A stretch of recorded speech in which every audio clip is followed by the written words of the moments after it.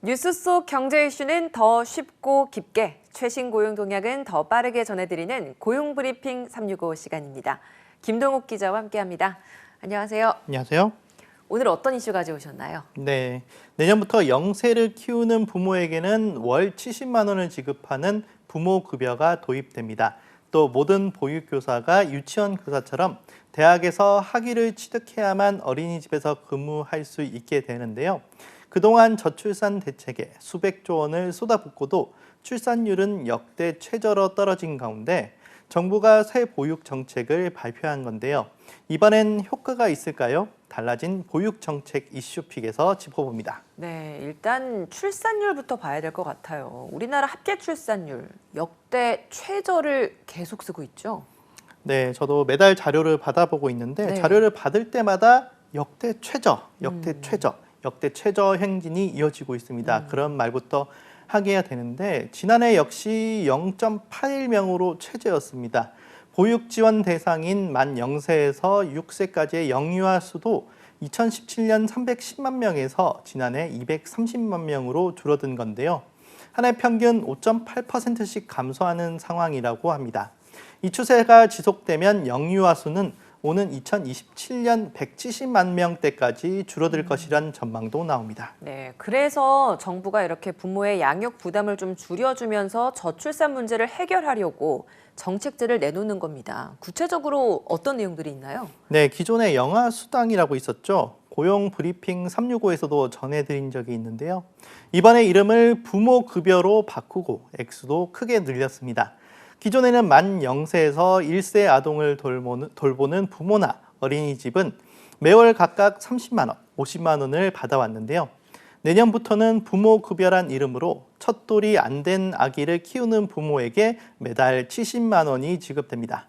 만 1살의 아기의 부모는 월 35만 원을 받고요. 2024년부터는 부모급여가 더 늘어 만 0세 부모는 월 100만 원, 만 1세 부모는 월 50만 원을 받게 됩니다. 어린이집을 이용할 때에는 보육료를 뺀 나머지 금액을 지급하고요. 보육시설과 관련해서도 반가운 소식이 생기지 않았나요? 네, 출산율은 앞서 전해드린 대로 떨어지고 있어도 영아의 보육시설 이용 나이는 점차 낮아지고 증가하고 있죠. 대부분 맞벌이인 경우가 많기 때문인데요. 한국의 영아 보육시설 이용률은 57.8%로 OECD 평균보다 20% 가까이 더 높은 상황입니다. 이런 상황에 국공립의 경우 특별활동비나 현장 학습비 등 부모가 부담하는 추가 비용이 민간 어린이집보다 상대적으로 적고 운영 시간도 길어서 학부모 만족도가 높아 인기였는데요. 네. 하지만 절대적으로 시설이 부족했는데 이번에 더 늘리기로 한 겁니다. 맞아요. 요즘 부모님들 사이에서 국공립 어린이집에 아이 보낸다라고 하면 정말 로또 맞았다라는 이야기 나올 정도로 들어가기가 하늘의 별따기라고 하더라고요. 대기표를 뽑고 기다리는 상황, 뽑아도 내 순서가 돌아오지 않는 상황들이 참 많다고 들었는데 공급이 늘어난다고 하니까 좀 반가운 것 같습니다. 얼마나 느는 건가요? 네, 정부는 2027년까지 매년 500곳씩을 확충하기로 했는데요. 이렇게 되면 현재 5,700여 곳인 국공립 어린이집이 2,500곳 더 늘어나고요. 결과적으로 국공립 어린이집과 직장 어린이집, 사회복지법인 등 현재 37% 수준인 공공보육 이용률이 50% 이상으로 올리는 효과가 발생합니다. 그리고 무엇보다 지역별로 이용률 차이가 크다는 점도 그동안 문제였는데요. 앞으로 이런 지역별 편차도 줄이겠다고 밝혔습니다. 네, 이번 정부가 내놓은 정책들 짚어보고 있는데요. 또 어떤 걸 눈여겨보면 좋을까요?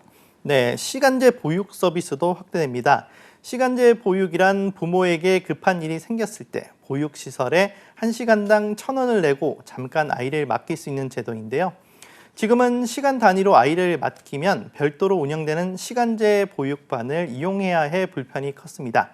하지만 앞으로는 어린이집의 기존 반과 통합 운영하는 방식을 도입하기로 했는데요. 이를 통해 서비스 이용률을 현재 5%에서 5년 뒤 10%로 늘리겠다는 방침입니다. 아이 돌봄 서비스도 대상을 10,000명 더 늘리고 제공 시간도 1시간 더 늘린 4시간으로 30분으로 연장됩니다. 아이들을 안심하고 맡길 수 있도록 어린이집 교직원의 자격 조건도 강화된다고 들었는데요. 네, 어린이집과 유치원 과정을 하나로 합치는 유보 통합에 대비해 교육보사 자격 조건도 강화되는데요. 지금까지는 교육기관의 관련 과목 17개의 학점만 이수하면 보육교사가 될 수 있었습니다. 하지만 앞으로는 정부가 지정한 학과를 졸업해야 보육교사가 될 수 있습니다. 네. 자, 이렇게 출산율이 낮은 게 사실 결혼 자체가 계속 줄어드는 것도 영향이 있다고 들었어요. 네, 그렇습니다. 당장 지난해 결혼 5년 이내인 신혼부부는 110만 1000쌍, 1년 전보다 8만 2000쌍, 7%가 줄어 역대 최대 감소폭을 기록했습니다.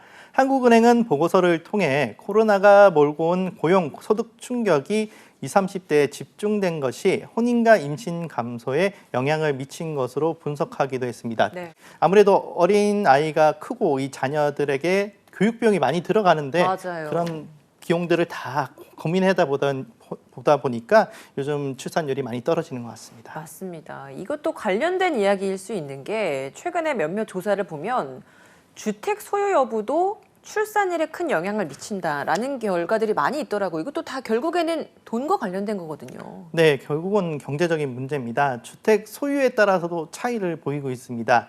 주택을 소유한 부부의 유자녀 비중은 59.9%로 무주택 부부보다 9.8%포인트가 높았습니다. 주택을 소유한 부부의 평균 자녀 수는 0.73명이었고요. 무주택 부부는 0.6명에 그쳤습니다. 집 문제가 출산에 직접적으로 영향을 미치고 있다는 해석인데요. 여기에 맞벌이 부부의 평균 자녀 수도 눈여겨볼 만합니다. 0.59명이었는데 외벌이 부부보다 0.15명이 적었습니다. 네. 맞벌이로 소득은 늘지만 육아 부담이 커져서 자녀를 갖기 힘들어진 건데요.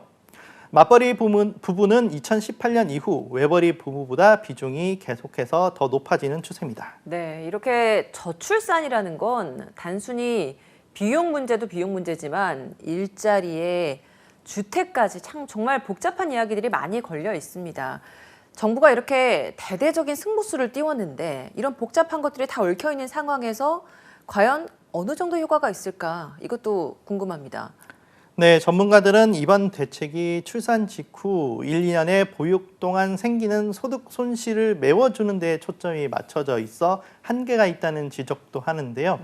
특정 연령대에만 혜택이 집중돼 있기 때문입니다. 네. 아이가 계속 자랄수록 급속히 불어나는 양육비와 교육비 등을 고려하면 부모 급여 정도로는 힘드니까요. 그러니까 정책의 실효성을 위해 보다 통합적인 인구 대책이 필요하다는 것이 많은 전문가들의 분석입니다. 그동안에 이렇게 현금 지원책 위주로만 이루어졌던 저출산 정책들 이제는 좀 종합적으로 바뀌어야 하지 않을까라는 생각이 드네요. 네, 맞습니다. 불안한 일자리, 치솟는 집값, 허리가 휘는 사교육비, 여성에게 집중된 육아 부담 등을 따지자면 아이를 낳아 키울 엄두를 내기 어려운 게 현실인데요. 이런 기본적인 환경이 개선되지 않고 재정만 투입해서는 자칫 밑빠진 독에 물붓기가 될 수 있습니다. 이 때문에 국민이 결혼하고 아이 낳을 의욕이 없어지는 이유부터 근본적으로 바꿀 필요가 있는데요. 실제 최근 유럽에서도 사회 시스템을 개선하는 쪽으로 인구 정책을 세우는 게 추세로 자리 잡고 있습니다. 네. 이 저출산 문제에 대한 정부의 이번 초강수 대책 어느 정도 효과를 낼지 정확한 분석도 뒤따라야겠습니다. 또 출산율 반등 못지않게 장기적으로 낳은 아이를 잘 키울 수 있는 환경 조성 등 또 다른 대책 마련도 필요합니다. 오늘도 김동국 기자와 함께했습니다. 고맙습니다.